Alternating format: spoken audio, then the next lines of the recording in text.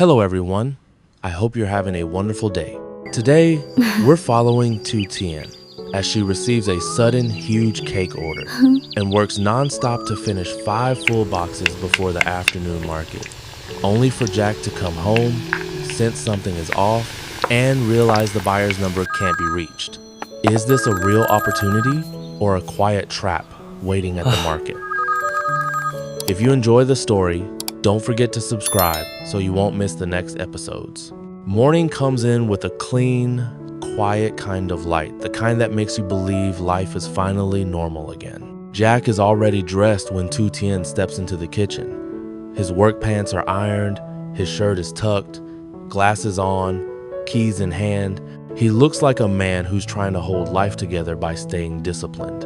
Tu Tien pours him warm tea and places a simple breakfast on the table. "Eat first," she says, "even if it's fast." Jack sits, takes a few bites, and keeps glancing toward the clock. "I'll be back before it gets too late." Tu Tien nods, "And you'll drive carefully." Jack smiles faintly. Always. In the next room, Anna is awake, hair tied into 2 neat little braids. She's been going to preschool long enough now to have a routine, and she treats that routine like it's the most important mission of the day. She hugs her small backpack, then looks up at Jack. "School?" Anna says. "Serious." "Yes," Jack replies, crouching down. "School." Tu Tien adjusts Anna's collar and checks her shoes. "You listen to your teacher, you play nicely, and you come home with your happy face." Anna nods hard. "Happy face." Jack lifts her into his arms and carries her outside. The white Ford Ranger is waiting in the yard, the same way it always is, steady, reliable, like Jack himself. He buckles Anna into her seat in the back, checks the strap twice, then closes the door gently. Tu Tien stands by the gate, watching, one hand resting lightly on her own stomach, out of habit like she's grounding herself. Jack walks back to her and squeezes her hand once. "You'll be okay today?" he asks. Tu Tien smiles. "I'll be fine. I'll do chores, maybe make a small batch of cakes." Jack nods. "Don't push yourself." Tu Tien answers softly. "I won't." Jack drives them to preschool first. Tu Tien stays at home because Jack is taking Anna, and Tu Tien has already planned her day around the garden and the kitchen. When the truck comes back into the yard, Jack steps out again, ready to leave for the construction site. "Call me if you need anything," he says, already halfway into work mode. Tu Tien smiles gently. "Go, don't be late." Jack nods and drives off, the engine sound fading down the lane. The house becomes quiet again. Not lonely, just quiet in a way that makes every small sound clearer. The chicken scratching outside, the distant bark of a dog, the wind moving through the banana leaves. Tu Tien rinses a bowl, wipes the counter, and tells herself she'll cook something simple later. Then her phone rings. An unknown number. She pauses. For half a second, her heart tightens because unknown numbers have not always brought good news in their lives. But she forces herself to breathe and answers politely. "Hello?" A man's voice, friendly and quick. "Is this Tu Tien, the one who sells banana and cassava cakes?" Tu Tien's shoulders relax a little. "Yes, that's me. I got your number from someone at the market," the man says. "I need a large order today, like a real big order. Can you do it?" Tu Tien blinks. "Today?" "Yes," the man replies, like it's the most normal thing in the world. 5 boxes, big boxes. "I'll pick up at the district market this afternoon. I'll pay cash." Tu Tien's mind spins not with fear, but with sudden opportunity. 5 big boxes of cakes in one afternoon is huge for her. It's a week's worth of sales, maybe more, in one trip. She should ask more questions. She should check who he is. She should confirm details. But excitement grabs her first. It feels like a sign, like life is finally giving them something easy. "Yes," Tu Tien says quickly. "I can do it." "Good," the man replies. "Make them fresh, make them nice. I'll call again later. The line ends before Tu Tien can ask anything else. She stands still in the kitchen, phone in her hand, smiling to herself. 5 boxes. A large order. Today. Her first instinct is to call Jack, but she stops. He's at work. He has enough pressure already. She tells herself she'll surprise him later, show him that she can contribute, that she can bring good news too. Tu Tien ties her hair up, grabs baskets, and steps outside. She walks to the garden first, moving fast but careful. The banana trees stand tall, leaves fluttering. She chooses ripe bunches, cuts them down, and carries them in small loads because she's alone. She doesn't have Jack's truck.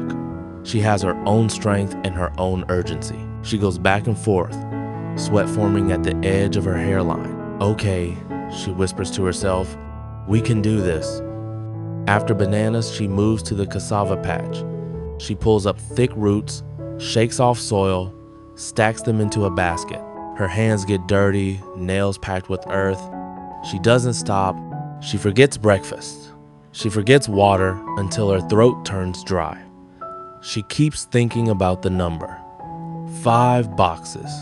She pictures the money. She pictures Jack's face when she tells him and how proud he might look. By late morning, the kitchen looks like a true workshop. Bananas peeled and mashed, cassava washed and grated, flour measured, sugar ready, bowls lined up, trays waiting. The air fills with warm sweetness as the first batch hits the oil. Tu Tien works in rhythm, mix, shape, fry, drain, stack. Mix again, shape again, fry again. Time moves faster than she expects. At noon, her stomach cramps from emptiness, but she tells herself she'll eat later. She keeps going. The phone doesn't ring again. She doesn't think about that. She focuses on production. She tells herself the man is busy. He'll show up. By early afternoon, she's already exhausted. Her shoulders ache. Her hands shake slightly when she lifts a tray. She forces a smile anyway. Almost done. The first 2 boxes are packed. The third is nearly full. The fourth is waiting. The fifth is still a dream she has to catch. Then she hears the sound of Jack's car returning earlier than expected. The Ford Ranger rolls into the yard. The door opens. Jack steps out, dust on his shoes, face tired from the sight, but his eyes sharpen the moment he smells frying cakes. He walks into the kitchen and freezes. The amount of food on the table looks like she's preparing for a wedding. Tu Tien, Jack says slowly. What is this? Tu Tien turns, cheeks flushed from heat and effort, but her eyes bright with happiness. Someone ordered a lot of cakes. 5 big boxes. Pick up at the market this afternoon. Jack's expression shifts immediately. Surprise first, then concern. 5 boxes? He repeats. Who ordered? Tu Tien wipes her hands quickly and grabs her phone. A man called this morning. He said he got my number from the market. Jack takes a breath. Do you have the number? Tu Tien scrolls and shows him the call log. Jack memorizes it in half a second, the way he memorizes measurements at work. And you didn't ask his name? Jack asks, gentle but tense. Tu Tien hesitates. I didn't think it was necessary. He sounded normal. He said cash. Jack's jaw tightens slightly. How much cash? Tu Tien says the amount. It's not impossible. It's not absurd, but it's big enough to be tempting. And Jack knows that's exactly what makes traps work. He looks around the kitchen again at the bowls, the trays, the sheer amount of labor. Why didn't you eat?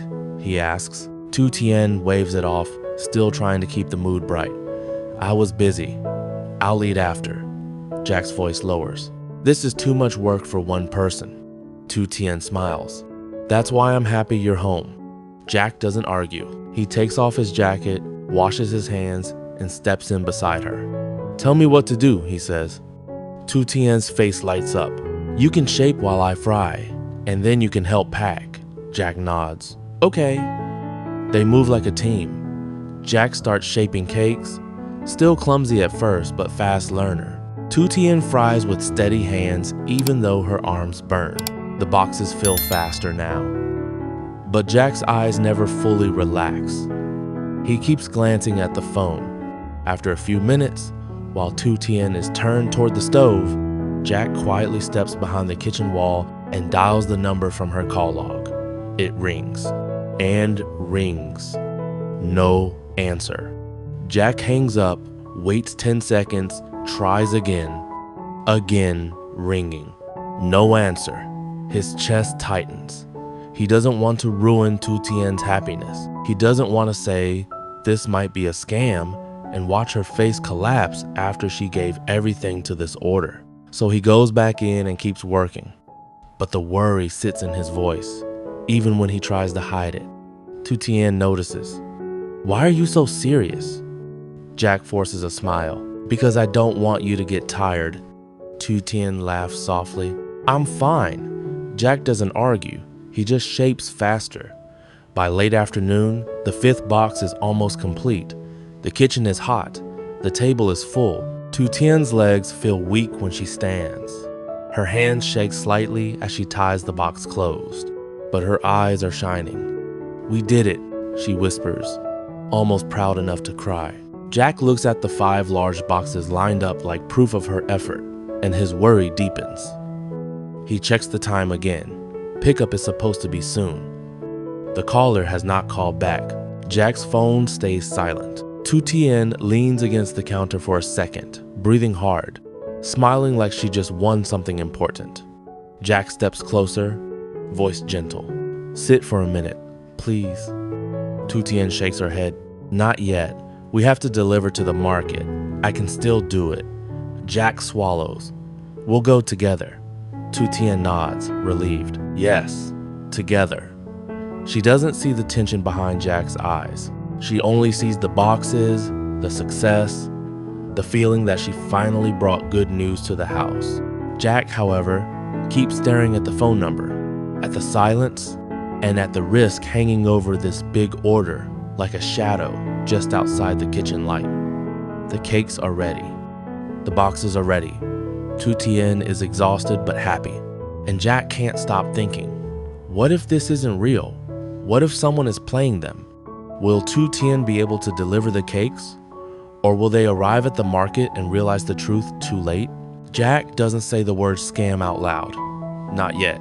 He watches Tu Tien lean against the counter, smiling through exhaustion, and he feels the familiar pressure of responsibility squeeze his chest. He's learned that fear can be contagious. If he panics, she will panic. And she's already pushed her body too far today, so he chooses a softer approach. Sit, he says again. Steady. Just 1 minute. Tu Tien shakes her head automatically, stubborn in the way people get when they've worked too hard to stop now. If I sit, I won't stand again. Jack nods like he understands. Then you stand and drink. He pours water into a cup and holds it up. Tu Tien hesitates, then takes it. She drinks fast, like it's another task to finish. Her hand trembles slightly around the cup, and Jack's worry spikes again. You didn't eat anything, he says, keeping his tone calm. Tu Tien gives him a tired smile. After we deliver, I'll eat properly, I promise. Jack wants to argue, but he hears how proud she is. Proud that she took a surprise chance and turned it into 5 full boxes. He doesn't want to steal that from her before they even know what's happening. So he nods. Okay, but we move smart. Tu Tien looks up. What does that mean? It means I drive, Jack says. It means you don't carry the heavy boxes. It means we don't rush into the crowd without a plan. Tu Tien laughs softly. You're talking like it's a mission. Jack's eyes flick to the phone on the table. Sometimes life becomes a mission without asking. He bends down, lifts the first box, and tests the weight. It's heavy, dense with effort, oil, flour, and time. He carries it out to the truck and sets it carefully in the back, arranging it so it won't slide. Tu Tien follows, trying to lift the second box. Jack stops her immediately. No. Tu Tien opens her mouth to protest. Jack doesn't raise his voice. He just gives her a look that says, Please don't make me fight you about this. Tu Tien exhales and lets go. Fine, you carry. Jack lifts the box and loads it. One by one, he arranges all 5 in the truck bed, cushioning them with old cloth and tying them down so they stay stable. Tu Tien stands beside the truck, one hand on her lower back, breathing carefully. She's smiling, but the smile is thinner now. The adrenaline is fading, and reality is catching up. Jack closes the tailgate and turns to her. Before we leave, tell me exactly what he said. Tu Tien blinks. Why? Jack keeps his voice neutral. So we're clear. Tu Tien repeats it. Large order, pick up at the district market, cash payment, call again later. She admits she didn't ask for a name, didn't ask for a stall number, didn't ask who would pick up. As she speaks, Jack's face stays calm, but his mind is already building a list of problems. No identity, no confirmation, no second call, no reachable number. Jack takes out his phone again and dials. Ring, ring, ring, nothing. He ends the call and tries once more. Same result. Tu Tien watches his face now and finally notices the tension. Why are you calling? She asks, a small crack appearing in her excitement. Is something wrong? Jack doesn't lie, but he also doesn't drop a heavy word onto her exhausted body. I just want to confirm the pickup, he says. That's all. Tu Tien swallows. Maybe he's busy. Maybe, Jack agrees. But we still confirm. Tu Tien looks toward the boxes, then back at Jack. What if nobody comes? Jack's chest tightens. He hates that question because it means she's thinking it too. He steps closer and lowers his voice. Listen to me. If nobody comes, we don't break. We sell normally. We offer to the usual customers. We bring some back home. We don't lose our life because of 5 boxes. Tu Tien nods slowly, trying to absorb the steadiness in his tone. Jack opens the passenger door for her. Get in. Sit. You're not walking today. Tu Tien hesitates. But Anna is at school. Jack reminds her gently. She's safe. We'll pick her up later. Right now, you rest while I drive. Tu Tien sits. Her shoulders sag against the seat, and Jack can see how close she is to simply collapsing into sleep. He starts the engine and pulls out, driving carefully toward the district market. The road is familiar, but today every turn feels sharper. Jack keeps scanning ahead, checking mirrors, checking roadside movement habits that don't leave easily once they've been carved into your nervous system. Tu Tien stares out the window, half awake, half dreaming. I just wanted to surprise you, she says quietly. Jack glances at her for a second. You did surprise me. Tu Tien's voice grows smaller. In a good way? Jack answers honestly. In a proud way. I'm proud of you. Tu Tien's eyes water slightly from exhaustion. Then why do you look like that? Jack keeps his voice gentle. Because I'm also protecting you. Tu Tien nods, letting that sit. When they arrive at the market, the afternoon crowd is thinner than the morning. Some vendors are already packing up. Others are still calling out prices, trying to sell the last of their produce before evening. Jack parks close enough to unload without carrying too far.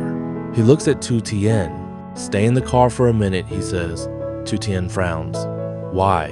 Because you're exhausted, Jack replies. And because I want to scout. He steps out, walks a short loop, scanning the stalls. He looks for anything that might match the caller's story. A large order pickup, a man waiting, someone asking about cakes. He sees nothing obvious.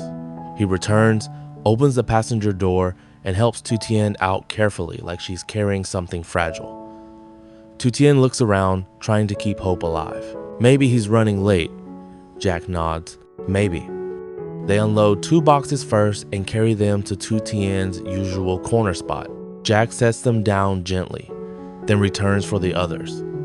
Tu Tien insists on carrying a smaller bag of supplies, but Jack keeps the heavy lifting for himself.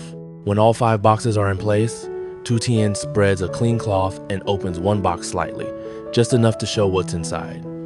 The smell rises sweet, warm, inviting. It draws attention immediately. A familiar older customer stops. "Oh, you made a lot today."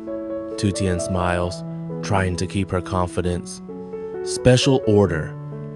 The auntie raises her eyebrows. "Special order is good. It means people trust you." Tu Tien nods, but her eyes flick toward the market entrance again and again.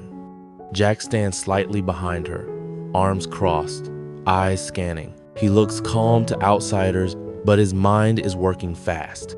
He tries calling the unknown number again. Ring, ring, ring. Nothing. Tu Tien hears the ringing and turns to him. Still no answer? Jack shakes his head once. Tu Tien swallows. Maybe the number was wrong. Jack's jaw tightens. Maybe. A few customers come by, drawn by the smell. Tu Tien begins selling, because standing still is unbearable. She sells a small amount from one box, then another. The money in her hand helps her breathe again. "See," she whispers to Jack. "Even if he doesn't come, we can still sell." Jack nods. "Yes, we can." But he keeps watching the crowd for something else, not the buyer necessarily. A pattern, a hesitation, a person who stands and stares without buying. Every few minutes, Tu Tien checks her phone. No calls, no messages. The sun shifts slower. Market sounds soften. People move slower, tired. Tu Tien's excitement has turned into a quieter, strained hope. She keeps smiling at customers, keeps speaking politely, but Jack can see the disappointment trying to climb up her throat. He leans in and speaks softly so only she hears. "You did your part. Don't blame yourself if someone else is dishonest." Tu Tien's voice is barely audible. "I just wanted one good thing." Jack's expression softens. "This is still a good thing. You worked hard. You made something real." Tu Tien blinks fast. "But if it's a trick," Jack interrupts gently, "then we learn, and we become harder to trick." Tu Tien nods, but her hands tremble slightly as she ties a plastic bag for a customer. A motorbike passes slowly near their stall. Jack's eyes follow it. The rider doesn't stop, doesn't look, just passes. Then another motorbike passes, same. Jack's instincts tighten again, and he hates that his mind is trained to notice these things. Tu Tien looks at him. "What are you thinking?" Jack forces his face to relax. "Nothing, just watching traffic." Tu Tien exhales. "I feel stupid." Jack turns toward her, voice firm but warm. "Don't. Hope is not stupidity. Trust is not stupidity. Only the person who abuses it is wrong." Tu Tien's eyes shine with tired tears. She nods. "Okay." Time keeps moving. The promised pickup hour creeps past. Still no call. Still no buyer arriving with cash and a clear plan. 5 big boxes sit there, proof of effort and a question mark at the same time.